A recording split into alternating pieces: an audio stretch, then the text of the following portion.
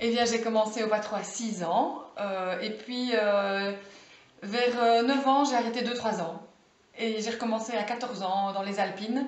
Et puis alors là, tout s'est enchaîné parce que les Alpines, les plus de 15, j'ai fait les brevets pour être animatrice, j'ai été animatrice pendant des années, et puis je suis devenue secrétaire et puis présidente du patro de Charneux, et j'ai arrêté au moment où j'ai commencé à enseigner, donc j'avais déjà 23 ans. Donc j'ai un long parcours, mais plutôt sur le tard. Oh, il y en a beaucoup évidemment, mais c'est vrai que là, naturellement, je pense à des camps plus de 15. Quand j'avais 15 ans, on avait fait une espèce de tour de France et on avait découvert différents coins de France avec évidemment l'ambiance camping, l'ambiance débrouillardise où parfois on ne savait pas où on allait dormir le jour même, mais on plantait la tente et voilà, c'est un très bon souvenir.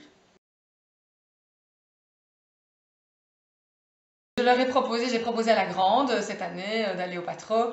Elle m'a dit pas tout de suite, mais je pense que si je peux les encourager, je le ferai, oui. Parce que je trouve que c'est vraiment un endroit où on peut s'épanouir, on peut apprendre à vivre ensemble et c'est important pour moi.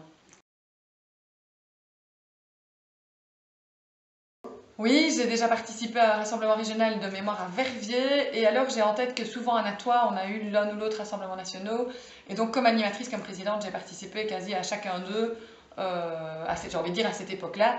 C'était il n'y a pas si longtemps, mais c'était quand même il y a bien 13-14 ans. Et moi, ce qui m'a marqué, c'est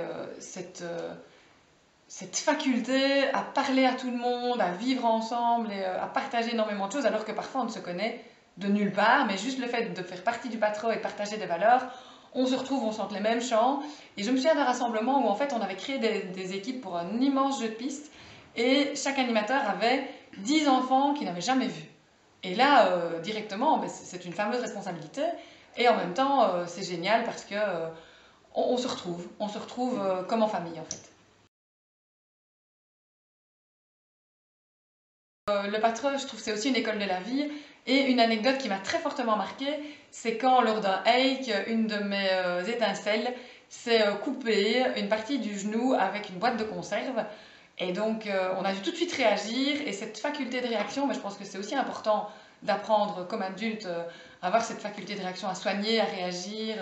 Et ça m'a bien aidée et c'est vrai que ça m'a marquée.